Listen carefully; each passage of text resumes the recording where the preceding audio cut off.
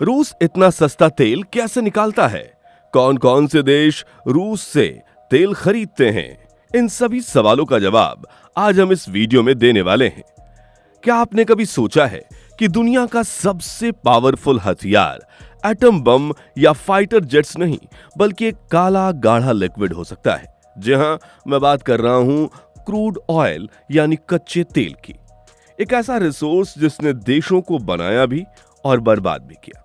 और आज इस खेल का सबसे बड़ा खिलाड़ी है रशिया, एक ऐसा देश जो पहाड़ जैसी मुश्किलों और वेस्टर्न कंट्रीज के सैंक्शंस के बावजूद पानी के दाम पर तेल बेच रहा है।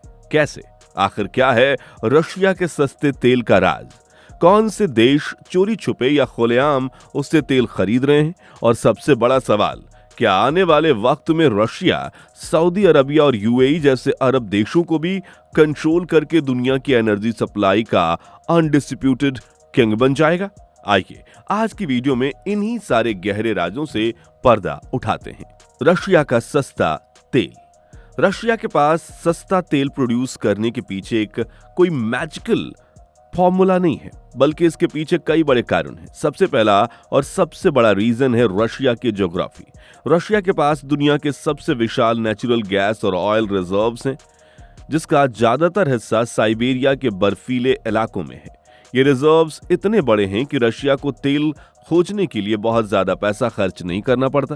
दूसरा बड़ा कारण है सोवियत एरा का इंफ्रास्ट्रक्चर। जहां सोवियत यूनियन था, तब उन्होंने पूरे देश में ऑयल और गैस निकालने के लिए पाइपलाइंस और रिफाइनरीज का एक बहुत बड़ा जाल बिछाया था।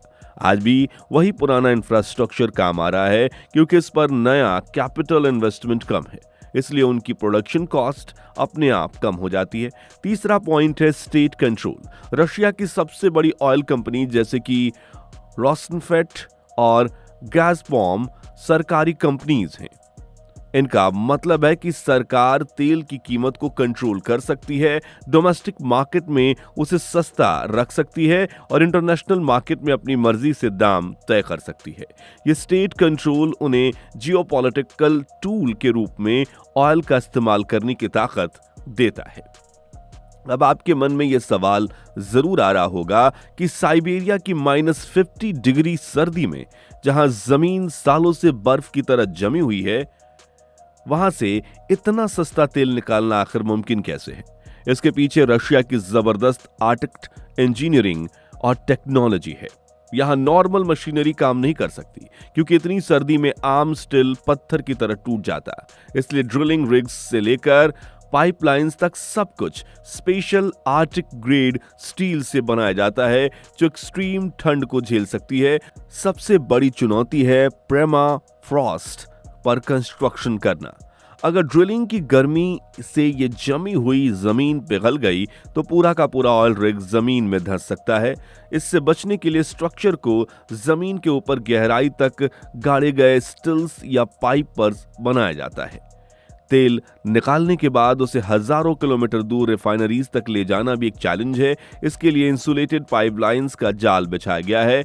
इन पाइपलाइंस में तेल के फ्लो को बनाए रखने के लिए उसे रेगुलर इंटरवल्स पर गर्म किया जाता है, ताकि वो अंदर जम न जाए। यह पूरा प्रोसेस बेहद महंगा और मुश्किल है, लेकिन सालों के एक्सपीरियंस ने रशिया को इसका मास्टर बना दिया है।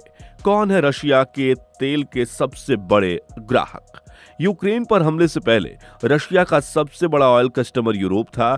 जर्मनी, नीदरलैंड, पोलैंड जैसे देश पूरी तरह से रशियन एनर्जी पर निर्भर थे, लेकिन जंग के बाद अमेरिका और यूरोपियन यूनियन ने रशिया पर कठोर आर्थिक प्रतिबंध लगाकर करने की सोची, यानी इकोनॉमिकल सैंक्शन लगाया।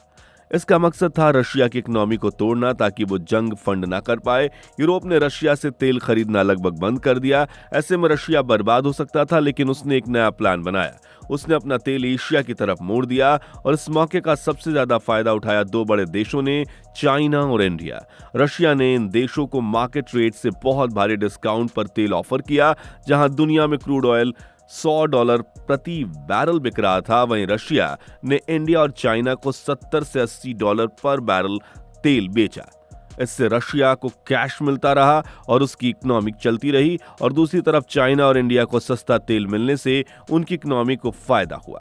अब यहाँ पर इंडिया का पर्सपेक्टिव समझना बहुत जरूरी है। जब इंडिया ने रशिया से सस्ते दाम पर तेल खरीदना शुरू किया तो अमेरिका समेत कई वेस्टर्न देशों ने इसकी आलोचना की। उनका कहना था कि इंडिया एक तरफ से रशिया की वॉर मशीन को फंड कर रहा है, लेकिन इंडियन गवर्नमेंट ने एकदम साफ स्टैंड लिया। उनका तर्क था कि इंडिया एक विकासशील देश है जिसकी अपनी एनर्जी जरूरत है।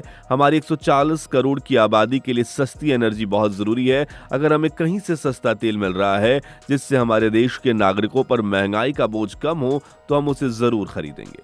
ये इंडिया का नेशनल इंटरेस्ट यानी राष्ट्रीय हित है।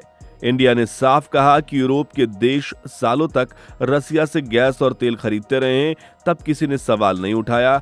अब जब उन्होंने खरीदना बंद कर दिया तो वो इंडियन पर दबाव नहीं बना सकते।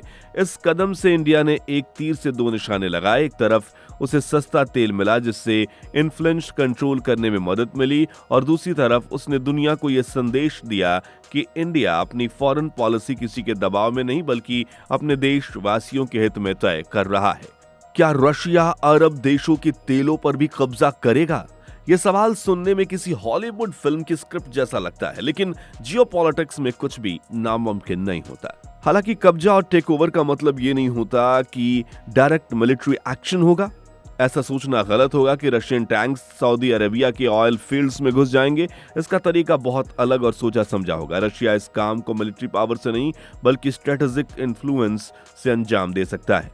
इसके कुछ तरीके हो सकते हैं। पहला, ओपेक प्लस गठबंधन को और मजबूत करना। ओपेक यानी मिडिल ईस्ट के तेल उत्पादक देशों का संगठन और रशिया मिलकर ओपेक प्लस बनाते हैं। वो मिलकर ऑयल प्रोडक्शन कट करके दुनिया में तेल की कीमत को कंट्रोल कर सकते हैं, जिससे अमेरिका जैसे देशों को परेशानी हो। दूसरा तरीका, मिलिट्री और टेक्नोलॉजी पार्टनरशिप।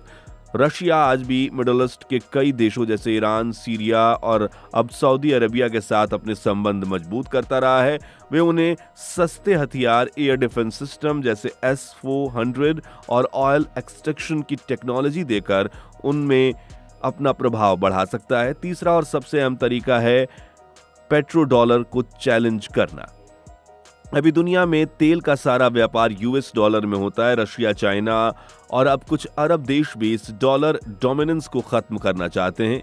अगर वो तेल का व्यापार अपनी लोकल करेंसीज में करने लगे तो अमेरिका की आर्थिक ताकत को बहुत बड़ा झटका लगेगा। इस तरह रशिया डायरेक्ट कब्जा किए बिना अरब देशों के साथ ऐसी स्ट्रेटेजिक पार्टनरशिप बना सकता है कि ऑयल मार्केट का रिमोट कंट्रोल मॉस्को में बैठा आदमी ही घुमा पाएगा।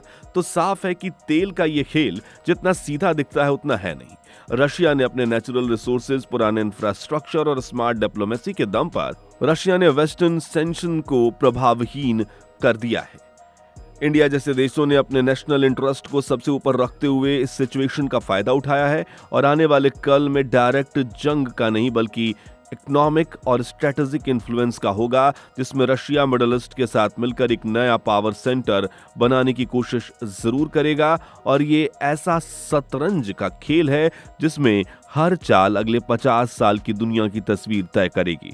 आपको क्या लगता है, क्या रशिया अपने इस प्लान में सफल हो पाएगा? अपने विचार नीचे कमेंट्स में जरूर बताएं।